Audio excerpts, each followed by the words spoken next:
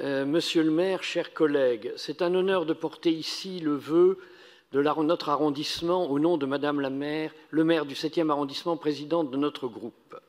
Hubert Germain était le dernier compagnon de la Libération. Il est mort le 12 octobre 2021, donc à l'âge de 101 ans. Par son engagement et son courage, ce fils de général est devenu celui de l'histoire. Son engagement dans le combat a honoré la France. Dès le 24 juin 1940, à l'âge de 20 ans, il s'engage au sein de la France libre. Il décide de s'embarquer pour la Grande-Bretagne avec 3 de ses camarades à destination de Liverpool.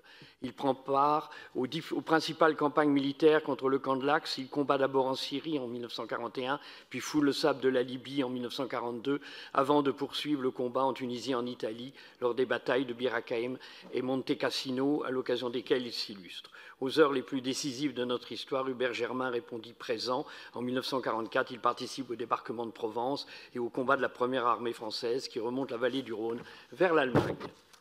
La force de ses convictions et l'exigence de son attachement à la démocratie l'amènent par la suite à poursuivre son engagement au service d'intérêt général en qualité d'élu local, de député et de ministre. On se rappelle encore dans cette administration historique le ministre débonnaire des PTT qu'il a porté.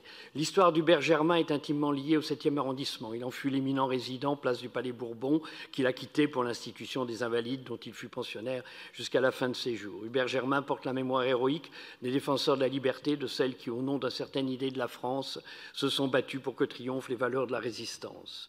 La nation lui a rendu un hommage solennel aux Invalides, puis le 11 novembre, comme l'a rappelé notre collègue.